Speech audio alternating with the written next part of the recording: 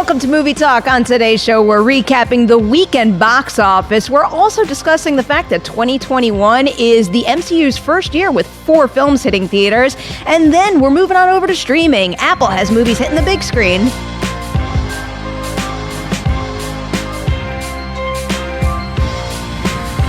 Happy Monday, everyone. Welcome to Collider Movie Talk. I'm Perri Nemiroff, your host, and I am so excited to be having some discussions today with Coy and Rocha. But first, on your call sheet, we're kicking it off, as always, on Mondays with your box office recap. So it was DreamWorks Animation new movie Abominable that took the top spot. It made $20.9 million, and on top of that, it got an A cinema score. That's going to come in handy next weekend. Last weekend's big winner, Downton Abbey, came in at number 2 with another $14.5 million. Then at 3, it was Hustlers, which enjoyed a super minimal drop of just 31.8%, making another $11.5 million. More on the weekend box office later in the show. Next up, we spoke a bit about Disney and Sony striking a new deal in order to make a third Spider-Man movie with Kevin Feige overseeing on Friday's Movie Talk. But what we didn't discuss that day was the fact that 2021 is going to be the MCU's first year releasing 4 films. We're talking about that one later in today's show as well. Now we're moving on over to that Apple story because according to Variety, Apple is planning to give its movie a brief theatrical window before they begin streaming them, and the company is turning to several familiar indie distributors for help. That includes Bleecker Street, Greenwich Entertainment, and also A24. Now, let's take a look at the November issue of Empire magazine. It's got a whole bunch of Star Wars The Rise of Skywalker exclusives, and the outlet recently shared a few of those exclusives online. We got a Kylo cover, a Rey cover, and also a brand new image of the Knights of Ren. You're checking it out right now. On top of that, the outlet also has a quote from director J.J. Abrams. Here's what he said: "I never found myself trying to repair anything. If I had done 8, I would have done things differently, just as Ryan would have done things differently if he had done 7. But having worked on television series, I was accustomed to creating stories and characters that then were run by other people. If you're willing to walk away from the thing that you created and you believe it's in trustworthy hands, you have to accept that some of the decisions being made are not going to be the same that you would make. And if you come back into it, you have to honor what's been done." All right, we're rounding out our call sheet today with a little tease of our Irishman review. I was lucky enough to attend the New York Film Festival last weekend to check out the movie, and I reviewed it with blackfilm.com's Wilson Morales. Here's a little clip from that review. We just got out of the screening of The Irishman, and we've got a review for you right now. Of course, if you guys didn't know, this is Martin Scorsese's latest. It stars Robert De Niro as Frank Sheeran. He is a World War II veteran turned hitman, and it's about his encounters with Al Pacino as Jimmy Hoffa and also Joe Pesci as a mentor figure of sorts, and it's about how their relationships intertwine. And this was, I mean, you're probably going to hear the word epic quite a bit, but this was a 3.5-hour epic.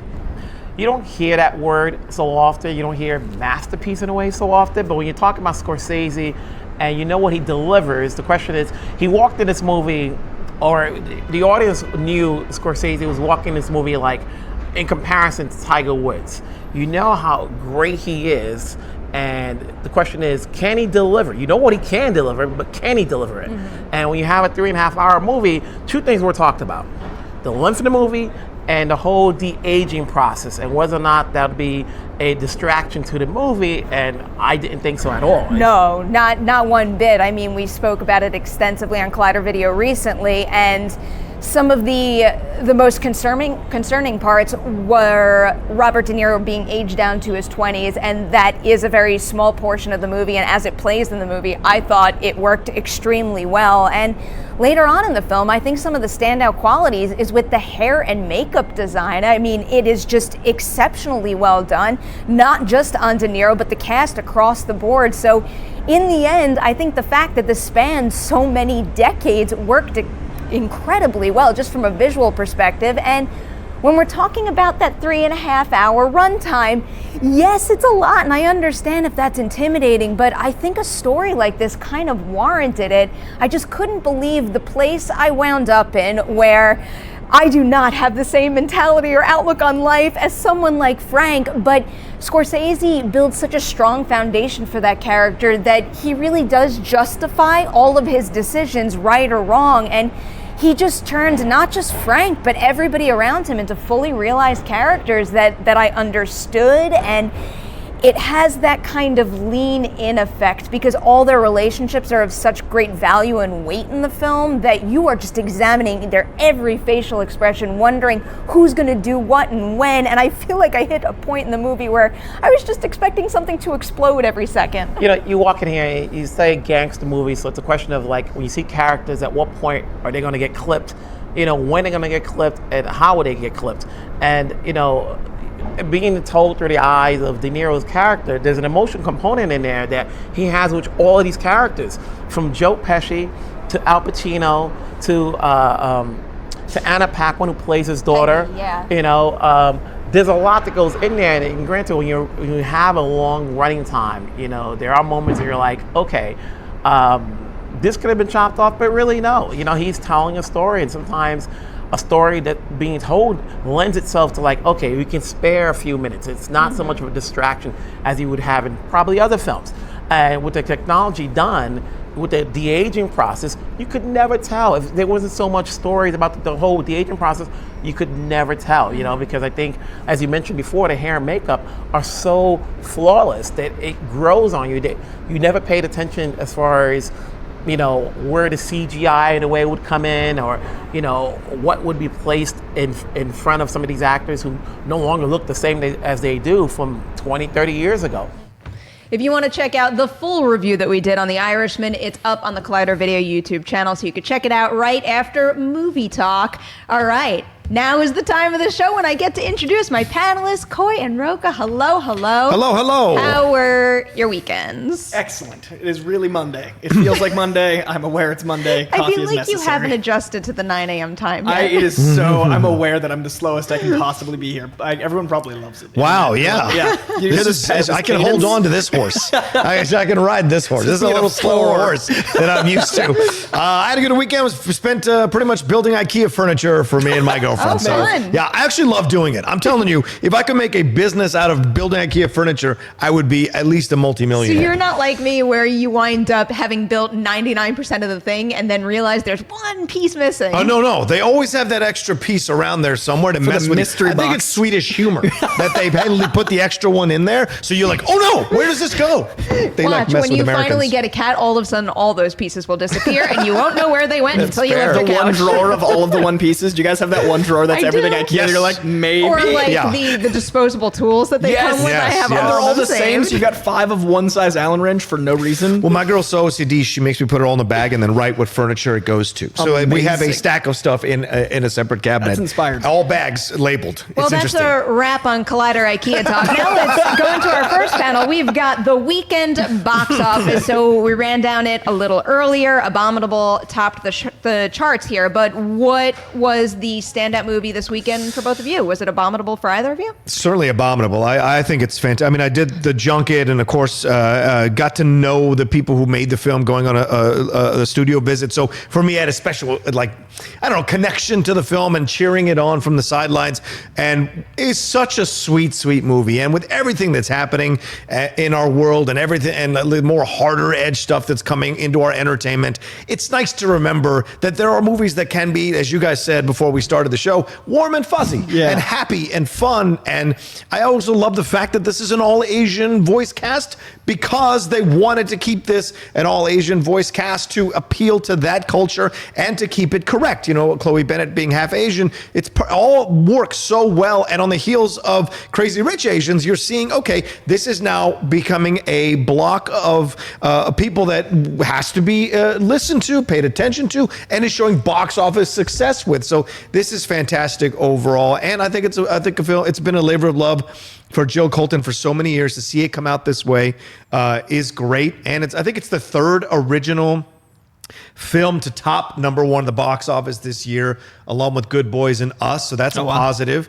And I was reading Scott Mendelson's breakdown of this last night on Forbes, and he talked about how these DreamWorks animation films have longer legs. And so this could have a longer leg for a while. And they only put in 40% of the budget. So we'll see. I mean, Addams Family's around the corner. Frozen 2 is only a couple of months away, but we'll see how much legs it has. But I'm just happy at number one, at least for a week. Addams Family has me slightly concerned. So I think Abominable is in very good shape this weekend, with Joker being the only new wide release. But the second Addams Family rolls in, and especially with the Halloween ties to Addams Family, I'm worried that it's going to eat into Abominable's numbers. Because, I mean, I think this movie is phenomenal. And I think it's just the ultimate crowd pleaser. I walked in, like I said last week, not so happy for a very specific reason, and I walked out feeling great. And it's like one of those movies that sends you out the door like you can achieve anything and you love everyone kind of thing. And who doesn't like leaving a theater with that feeling? It's so tricky for DreamWorks to release it like before an actual Halloween movie in the fall, but have to be so far away from Frozen because it's also a winter. Like, it's a really tricky time. So I'm glad I agreed they got its number one now, because by the time it gets to those other giant titans of animation, it's going to be tricky. And the counter programming is perfect because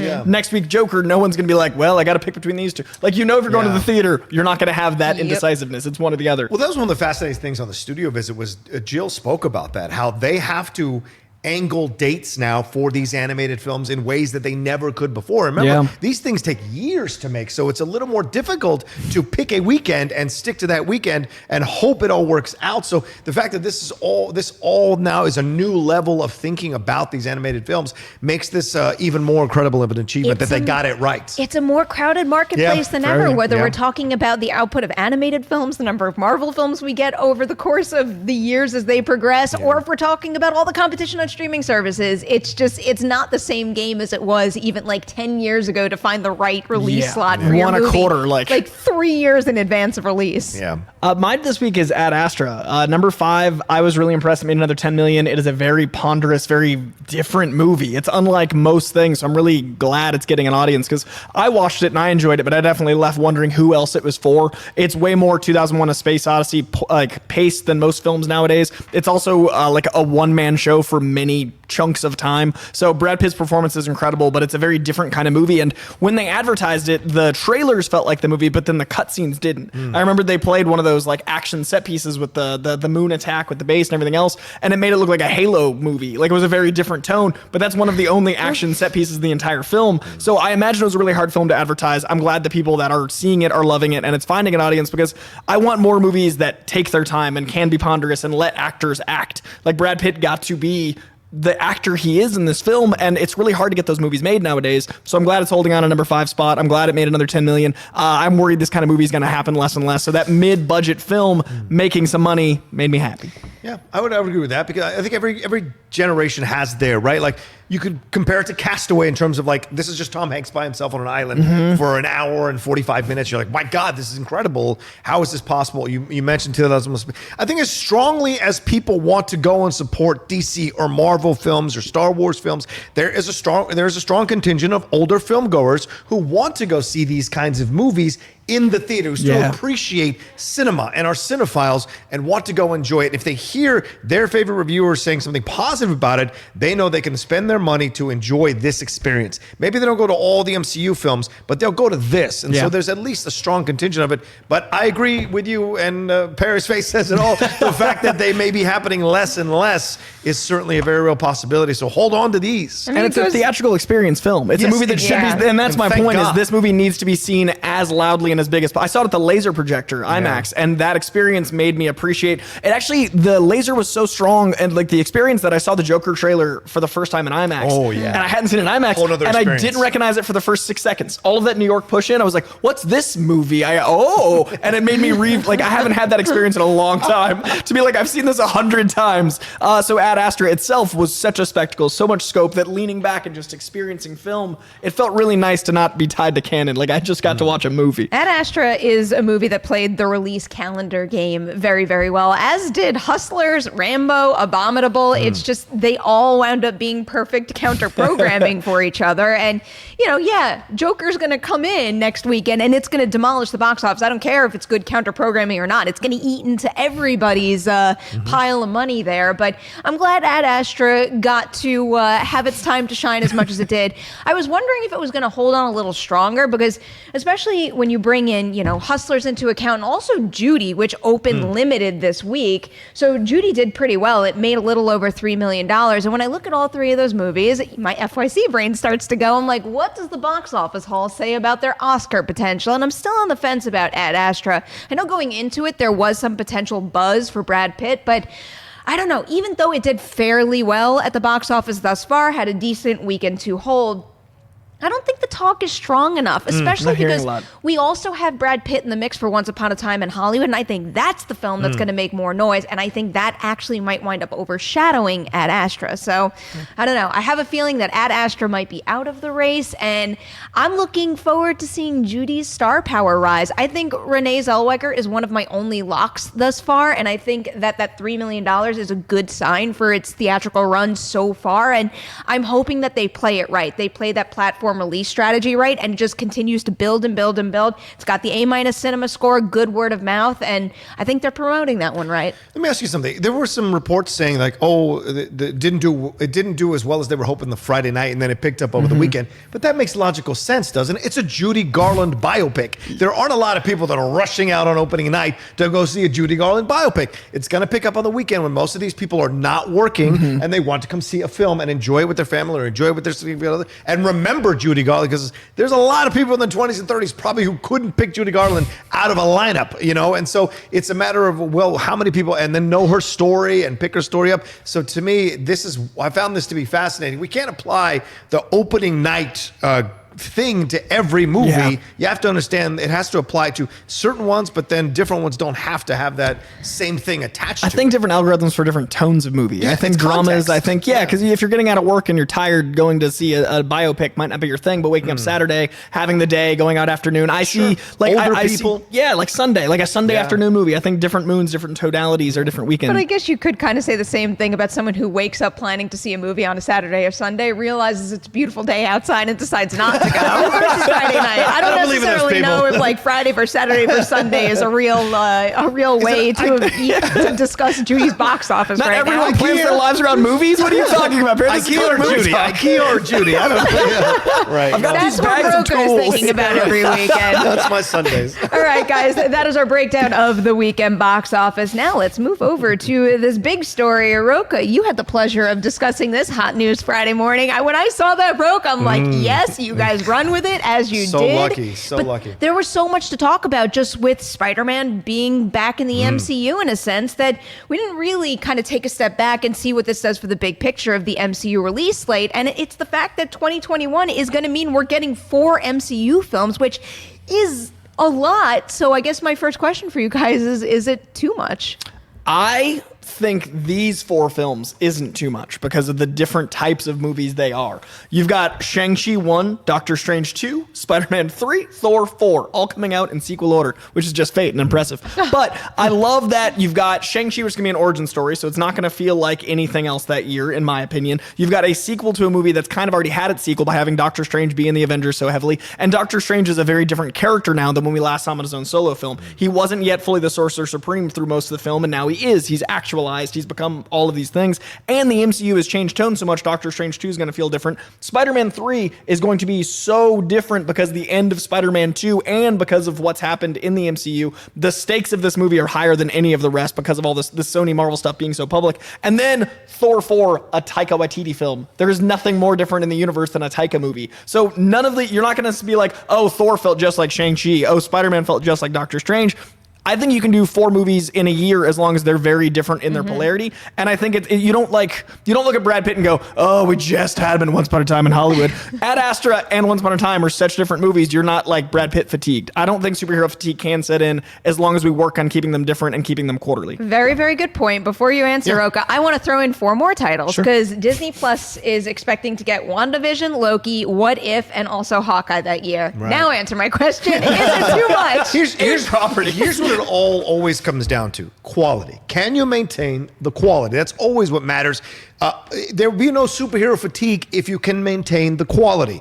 What's the number one name when you think about quality MCU? And that's Kevin Feige. So, and we had this news break about Star Wars last week. My concern is, what is his input and effort going to be into these movies and these Disney Plus TV shows that will maintain the quality? I think there will be people who will say, like, oh, this feels the same as the same, because they always do. Yeah. Those are the people who don't like the Marvel stuff. Their main complaint is it all feels the same. Even though I thoroughly 1,000%, million% disagree, they feel it doesn't. The thing is this: it's not too much if you maintain the quality. And that's always the Star Wars. You could have 4 Star Wars movies if they're all excellent. The problem is people didn't like Solo. People had issue with Last Jedi. So there's where the problem is, right? There's where the issue comes in.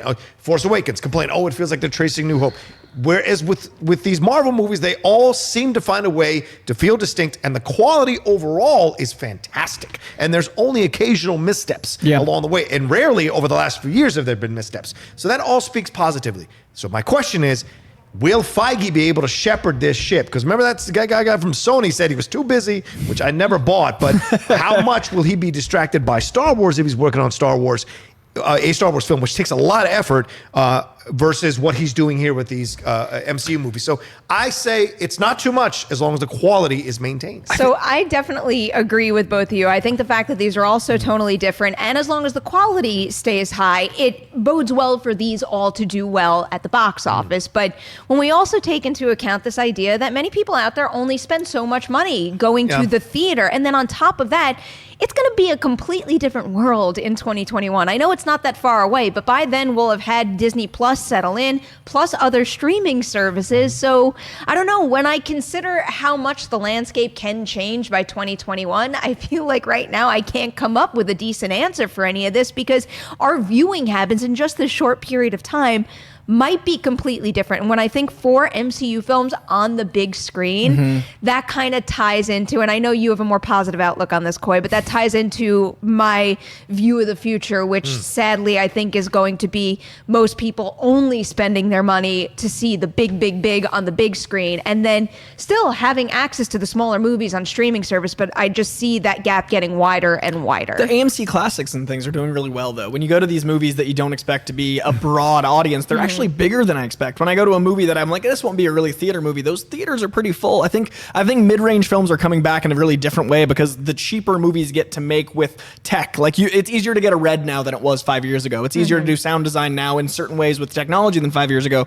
And I think that as the cost of production gets cheaper, mid-range films that would have cost $40 million now cost 20, and you can get those movies made. So I think those mid-range films can exist, and they won't need as much overhead by the time they come out. So I don't think it's ever going to die. I just think we need to make sure we advertise them to the right audience. I think the way it's not going to die is if certain companies rethink their distribution process. We're going to get into that a little more in story number 3. I think there are solutions out there, but I think what we are seeing coming together right now just signifies the other direction. Well, see, my concerns, I watched this documentary over the weekend, the country music documentary, right, on PBS. Fantastic documentary, Ken Burns. But the last chapter talks about what country music really blew up, which is the 80s and 90s. Massive. Then as these record companies started to see they could make a lot of money on country music, and Garth Brooks was selling out stadiums all over the country, all over the world, they started to change their business model to only pursue the larger making artists, only pursue the artists they knew they could invest in, and then that's how you end up with Achy Breaky Heart. And you go like, oh, you're stretching it out too far. We've lost the point, because in the past they would explore, they'd go to the clubs, the scouts would find these country music artists, give them a record, then they would blow up, become international sensations. This is a movie situation as well. If we start to stretch it too far out, I think what you're talking about, studios are going to only see the bottom line being invested in these larger films, and not necessarily pursue award-winning films, because awards are rarely translating in the box office. Do you look at the Emmys ratings, look at the Oscars ratings? This is something that should scare any film lover, that the studios might not be investing, no matter how cheap production is. Sure. They might not want to waste any money investing in these films that they don't see, in essence, a large profit coming back to them. That's what concerns me about going forward. I'm worried about the A24s and the Annapurnas and all the companies that are making these perfect films. Yeah, which one just shut down? Well, Annapurna just ran right? into Exactly. And that scares me because you look at their track record. Both of those companies are those two production companies. Whatever they make, I see. Like if they make a movie, I'm like, I don't care who's in it, I don't care who wrote it. Here's my money. But the fact that those are the companies that are doing poorly scares me. But on the other side, as far as we're talking just Marvel, just happy thoughts, we've got 4 movies, 2 hours at a time, 8 hours roughly of cinema. That's less than your average show. That's an hour at a time. So if you watch a season of a show that's 22 episodes or 23 episodes, that's 23 hours of content over the course of a year. This is only 8. Marvel movies aren't movies. That's a serialized TV show. It's a show in theaters. That's why Disney Plus is such a great idea. So I don't think we'll have too much content. It's just a matter of whether or not people will spend the money on their show they love in theaters. I don't know about that content thing, because also when you factor in not just Marvel, but the DC film franchise expanding, the Star Wars film franchise expanding in more ways than one, plus every other hot series. I mean, seriously, Avatar too. Yeah. Who knows where Avatar is going to be at a certain point? It's like I've been the ultimate Avatar naysayer ever since they announced more films, but I don't know. I'm just like, that feeling is starting to creep in that it's just going to kick me in the ass eventually, and it's going to wind up being a phenomenon all over again. But anyway, just even looking at the Emmys and all the content we have over there, that show stressed me out because of how little time I have to watch all of that. So it might be the collective time overall. But just backtracking a little bit, do you think there's a possibility that for a variety of reasons, Kevin Feige and the folks at Marvel could wind up pulling one of these movies from this release calendar, or are we too close to these dates? I think they need Spider-Man to come out soon because of everything that's going on. And I think that's the only one that would have wiggle, because you've got the Thor movie I think the Thor movie needs to exist where it does because of Guardians. And I think that Shang-Chi needs to exist where it does because it's an origin film that has less wiggle. So that leaves Doctor Strange. If anyone's going to move, it's Doctor Strange 2, but that's also the one that has the most backing. Like Scott Derrickson's taken the longest time off from that. So all of them can't move for different reasons. I think Spider-Man is the most likely one to move, in my opinion. I think they could move that into Phase 4, and it wouldn't lose any steam. They could streamline this thing, get this thing going. Because remember, Tom Holland said recently, he's already got ideas for this third one. They've already got writers that were Phase on board. 5. You mean Phase 5? Yeah. No, I'm sorry, Phase 5. Sorry, Phase 5. Yeah, could move into Phase, and that's the possibility here. I think he's. Right, because we just finished Phase 4, right? So Phase 5. Phase 3. Look, I'm old, all right? No. I'm saying he could move into Phase 4. I am saying that, not Phase 5. Move out of Phase 5, which would be, it's 2021 that'll be Phase 5 or Phase 4? Phase 4. The one we're talking about is Phase 4. Okay, so I think that if that's going to move, that will be the one that moves either into Phase 5, out of the Phase 4 situation, because all these other ones have been in production longer. Right. So if it moves out, it can move out into Phase 5, and I don't think that's out of the realm of possibility, because they may want to set some more stuff up here in Phase 4 that Spider-Man has to play into it, especially if they're starting to focus on a possibly Young Avengers situation. Spider-Man will have something to do with that. But that's their $1 billion movie, and that's their youngest audience. That's the one that's appealing to the John Hughes demographic, but for the kids today. So if you move it another year, a year in teen life is 5 years in adult life. Yeah, sure. As far as your audience. I get what you're saying, but you also want to go, you've already worked on these. You've already have these in production. Yeah. You're already setting up storylines. You had already planned on moving forward possibly without Spider-Man. Sure. So just go there. If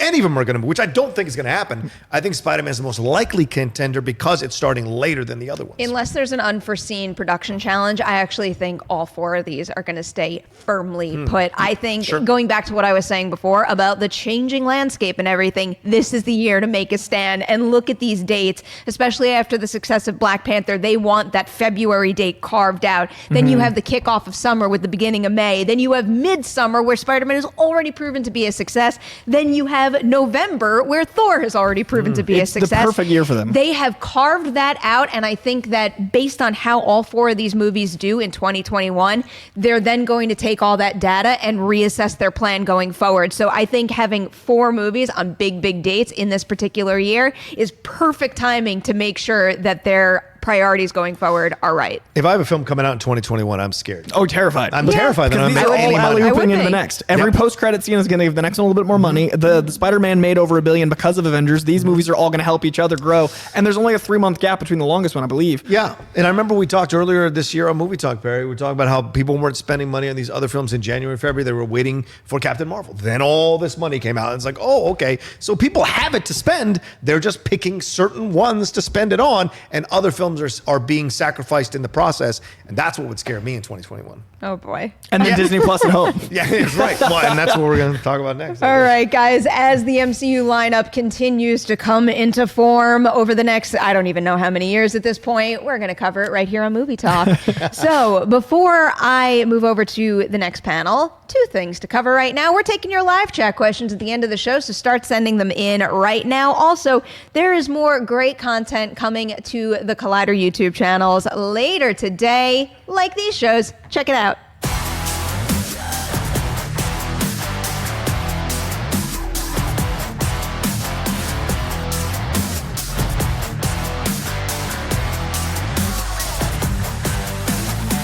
I'm Jandreau here at Golden Apple Comics in the heart of Hollywood with Kevin Smith himself. Oh my God, that's striking. Look at what I could do with a camera. She's like, it's a movie. And I was like, oh my God, you're right. He's an angel. We can do anything we want. Anyone that knows this man's work knows the best place to be with him is in a comic book store. I am so excited. We're about to do some sweet, sweet comic book shopping. You ready? I'm ready to spend. Let's keep this.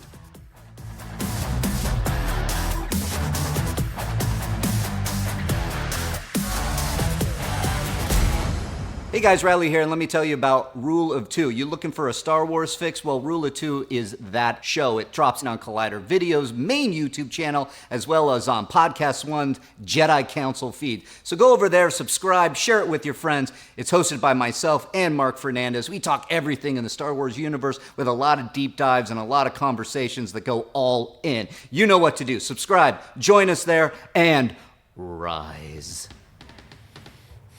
All right, let's move on over to our Apple conversation right now. And just to recap a little, so what Apple is doing is they're exploring the idea of giving their original movies a theatrical release. And right now, we know that they're working with 3 different companies in order to make that happen on films that they're working on right now. And just to let you know what those are, Bleecker Street will consult on the release of the movie The Banker. That one hits theaters on December 6th, and it stars Anthony Mackie and Samuel L. Jackson. Then we have Greenwich Entertainment advising on the release of Apple's Sundance acquisition, Hala, which stars Geraldine Viswanathan. And then on top of that, A24 will consult on the release of the wildlife documentary, The Elephant Queen. So taking a look at this strategy right now, which I don't think we've seen too much from streaming services, especially with just the battles that are raging on with streaming services and the theater owners as far as the release windows go. Do you think that Apple is kind of angling itself a little better than maybe even Netflix?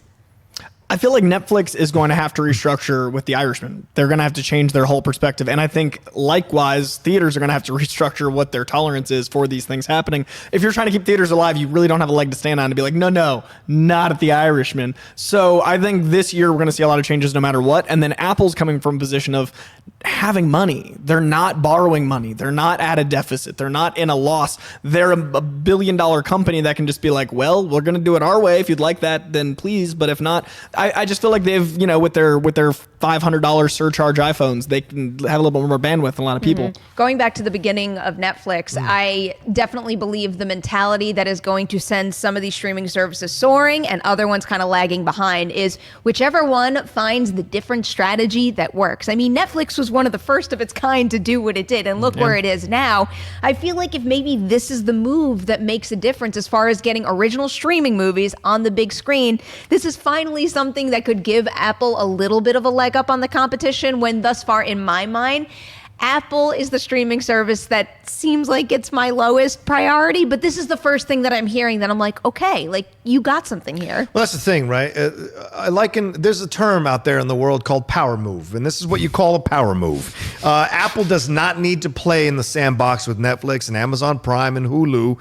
Apple has its own sandbox, and it's a very large sandbox with a lot of sand, a lot of new toys. Pristine white sand and a beautiful black sleek box. It's the rich kid that shows up at school. You're like, oh my God, wow. And he has all the, or he or she has all the toys. They have all the great benefits. That's the thing. Apple's playing at a whole nother level. Apple's coming out as a movie studio, not as a streaming service, as a movie studio. They'll drop stuff in already. They're making deals to drop stuff in the theater, consulting situations. They have that IMAX guy in charge of their distribution stuff, so he understands how to work the landscape of theater distribution. So it's all there for them. And this, to me, is their way of going, look, I know you want us to work on the timetable of Netflix and Amazon and Hulu. That's cute.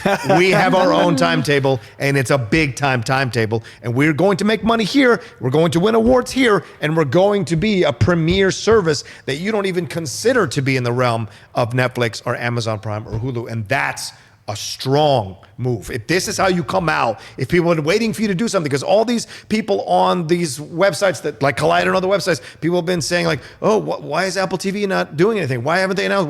And then it's like, boom. And it's like, okay, got it. How long till streaming services start buying theaters?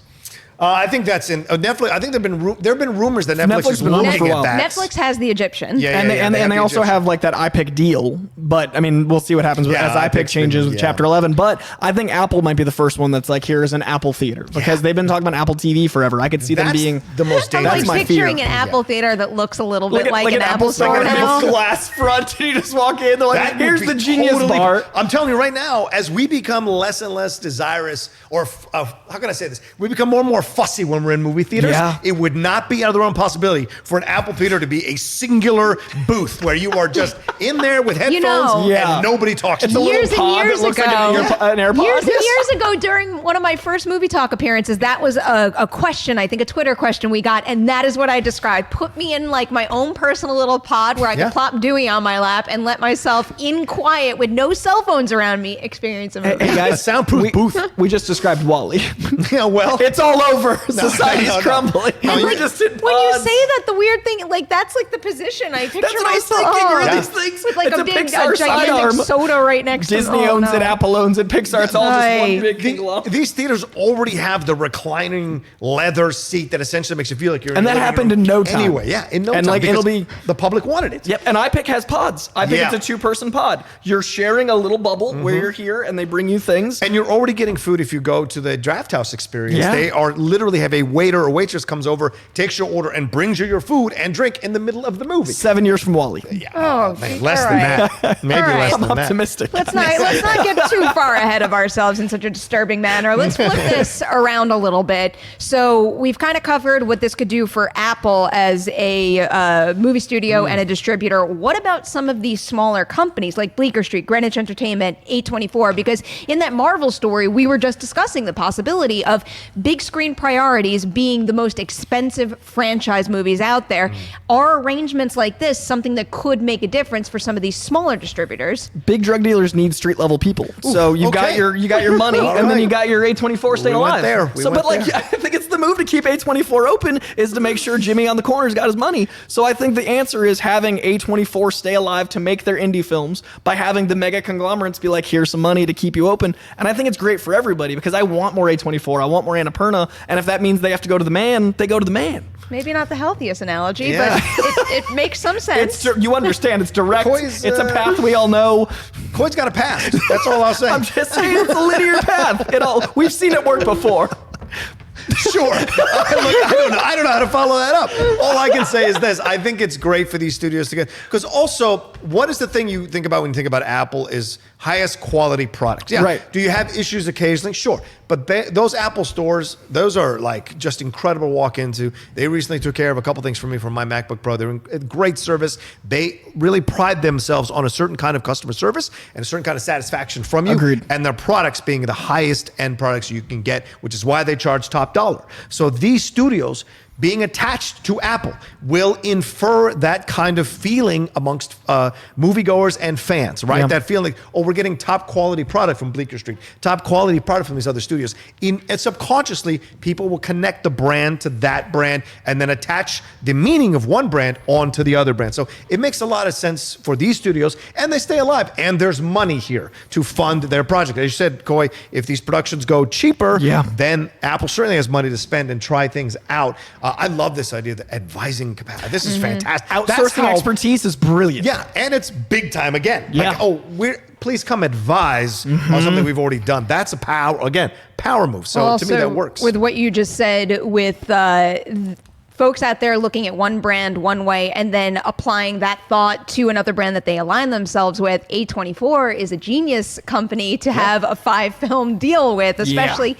given the fact that this year they have so much that could be up for awards. A24 could be Apple's way to get itself into the Oscar conversation way sooner than, let's say, Netflix and Amazon have done. It's a win-win because you get all the accolades and you get the knowledge of what they don't have knowledge of, but you keep all of your money, your expertise. So both sides win in every way, and I think that more companies are going to start doing this. We're going to see more of these like in association with. Look at that black and white video they did, or film they did with when they first announced Apple TV and this, like all these people, Spielberg, all this. This is where they're playing at. So to me, I'm like, the Oscars thing is so much in the realm of possibility within 5 years, if not less, for Apple TV. So the 84 Apple commercial, 1984? No. The latest commercial they did to announce Apple TV, they had all these people talking about films. Yes. It was in black and white, and it was done like a mini movie. And you're like, wow, this is where they're at. So for what you're saying, Perry, absolutely, I think a Best Picture Oscar for Apple TV,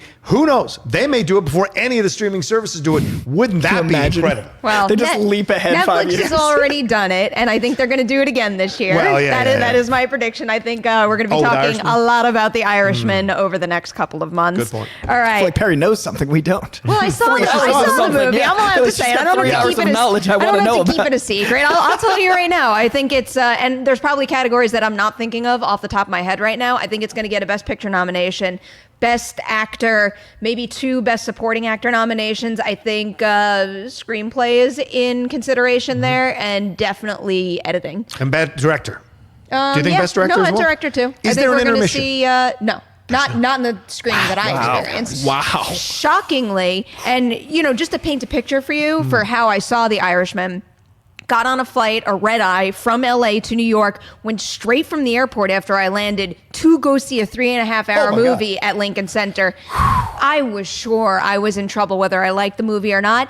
Did not feel my eyelids get heavy for a second, and also never felt the urge to get up and use the restroom. That's incredible. That's high praise. I was locked in, and it did not feel like a 3.5 hour. It felt like a 3.5 hour experience in that it was a very full story, a very full character study, but I was not getting antsy in the least. I love that we're leaving runtime like expectations. I love that movies aren't necessarily 90 minutes for an animated film, 2 hours for a film. I love that movies can be, how much story do you want to tell? I don't have to curb that for expectations, because directors had to like you watch a director's cut of a movie and you're like, what could have been? We could have had this movie. And I'm glad that with streaming, we now get to have the experience that the story entails. And this is a movie, this is a story that calls for a longer running time because it needed an epic feel. It's just the way that it tackles, timing and aging and how we assess our behavior in the moment compared to how we assess our behavior when we look back on it. It all just ties together so beautifully, and it needed like the constant building of its foundation in order to like really hit the end like it needed to, and it does, and I freaking loved it. Let me clarify something. You were saying earlier, we were just talking the Best Picture. Netflix hasn't won a Best Picture, have they? No. That's what I'm saying. Apple TV, that's what I was trying to clarify. Apple TV I think, will win Best Picture before everybody else. Streaming services. I think that's certainly in the with who they're teaming up with. I could absolutely see that, and what better way to solidify themselves as part of the game by winning the game and then being like, by the way, we caught up. Right, and by the way, I may be completely wrong because Irishman could win. So to see that would be the Netflix thing. That was the only thing that was going to make me push pause on that comment, but we'll wait and see, and we're going to know a little more when it hits select theaters at the beginning of November, and then also on Netflix late November. All right. We're winding down now, but let's get at least... We all just woke up. All right, let's try for one Twitter question and see what happens with this conversation, because I did want to talk about this. Dan Allen wants to know, how will the new Kingsman movie tie into the Kingsman franchise? Let's answer that, but also, what do you guys think of the Kingsman trailer? Because it's phenomenal. Balls out awesome. Yeah. I said this one in my tweet. I love occasionally muscular action flicks. This feels that way. Not muscular in terms of weights, muscular in terms of like, boom, like come enjoy this thing. We're going to have fun. And the fact that it's set in the period of World War I is exciting as well. I get the Wonder Woman comparisons.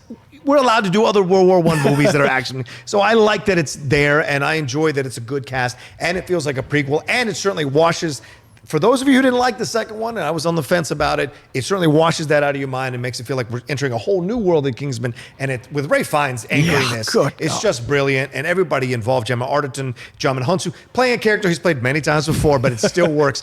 The way that Vaughn has paced this trailer and paced the movie, you can feel that through the trailer, and I'm excited for that. If you've got a comic movie, put Djimon Hounsou in it. That's the answer. Yeah. I like that the trailer feels like Matt Vaughn. I think he's one of the most consistent directors working today. Even his stumbles are not bad. Yeah. Like Kingsman 2 is one of his weaker films for me, but like Layer Cake and X-Men First Class is one of the best X-Men movies to date. I haven't thought about Layer Cake in forever. Layer Cake's incredible. Like everything Matt Vaughn does for me is near perfect. And Guy Ritchie, I think, is an incredible director, but he's polarizing. Sometimes his movies dip, and then sometimes they ascend. I'm a King Arthur defender. I know. I'm sorry. Why? But I know. It's so good. It's like taking LSD with Guillermo del Toro, that movie. So the movie itself, like the pace of these films is so incredible, and Matt Vaughn doing a period piece allows him to play with continuity. So I think the legacy is going to be you get to plant some seeds to where the Kingsmen come from without messing with continuity. And I think Kingsman 2 suffered from being a direct sequel. So you get your cake, you eat it too. You get your Layer Cake, and you eat it too by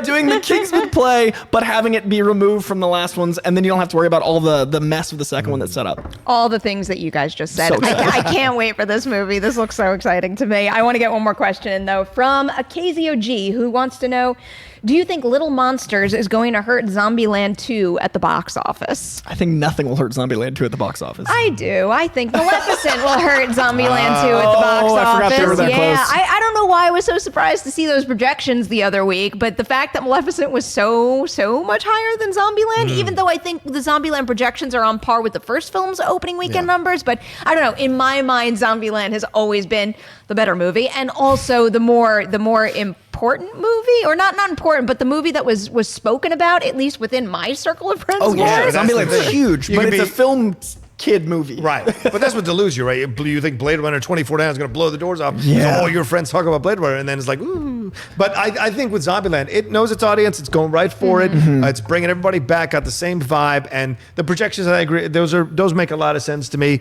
Maleficent is Disney. It's a whole other game, you know. I think it's good counter-programming, but it's at the end of the day a live-action Disney film. So there's like number 2 is going to be down here to number 1. And that's just what's going to be. Just the way it goes. Yeah, but as far as Little Monsters go, the comparison is spot on. Not necessarily because Little Monsters is getting a big release. I think that's going to wind up doing fairly well. I think it's getting very few like select theaters, limited theaters. It's going to be more of a streaming play for Neon, but they are both zombie movies that are, they're horror comedies. They're right in line. So I have a feeling a lot of folks out there, if you go see Zombieland 2 and you have a lot of fun with that vibe, then go home and watch Little Monsters, because Little Monsters is fantastic. I think it'll help Little Monsters more than it'll hurt Zombieland. Because Zombieland is going to be the movie that we've waited 10 years. It's got the stars have only grown. Emma Stone was not an unknown, but she was like Emma Stone. Now she's Emma Stone. Right. So I think it's only grown in the 10 years. So I think it'll help Little Monsters more than it'll hurt Zombieland. There you go. Unless some people out there, sorry, I'm just looking up the Little Monsters release information, unless some folks out there decide they don't want to schlep to the theater to see Zombieland 2 and instead stay home and watch Little Monsters. Mark. I'm always such a theater guy. I forget about that. Like, I love the actual experience. So that could be a thing. That's fair. Yeah, Rocha, I was hoping you would talk, so I'd had enough time to find this information, but you didn't. Zombieland. You're Harrison's in it. All right, I got it. Sorry, you lose. I'd like to be invited to a Joker screening. That's what I'm yeah. Apparently, it opens in theaters on November 15th. It doesn't necessarily say a specific amount of theaters right here, so I don't know if it's going wide or not. But it's a great time at the theaters, and I highly recommend anybody going to see it who is interested in seeing it. There's no theater count. So Downton Abbey really did well. Second place. Wednesday the 9th on Box Office Mojo. It doesn't give me a theater count yet, but it is highlighted in a way that I would suggest it be limited. It's October tomorrow. That scares me, but November's not. That moment just happened at me. I was like, November's so far away. No. Yeah. I still haven't picked a horror Twitter name. Oh no. I have 12 I've got hours work to do. All right, I'm going to get on that, and I'm also going to say goodbye to my wonderful panelists, Coy and Rocha. Thank you so much for being here. Thank you. Good kicking off the week. Yes, and Adam in the booth, Dorian in the live chat, thank you so much for your hard work. To everybody out there, thank you for watching this Monday edition of Collider Movie Talk. Don't forget, Collider Live goes live at 10 a.m., so head on over there after this, and then tune in tomorrow, 9 a.m. Pacific, for a brand new episode of Movie Talk.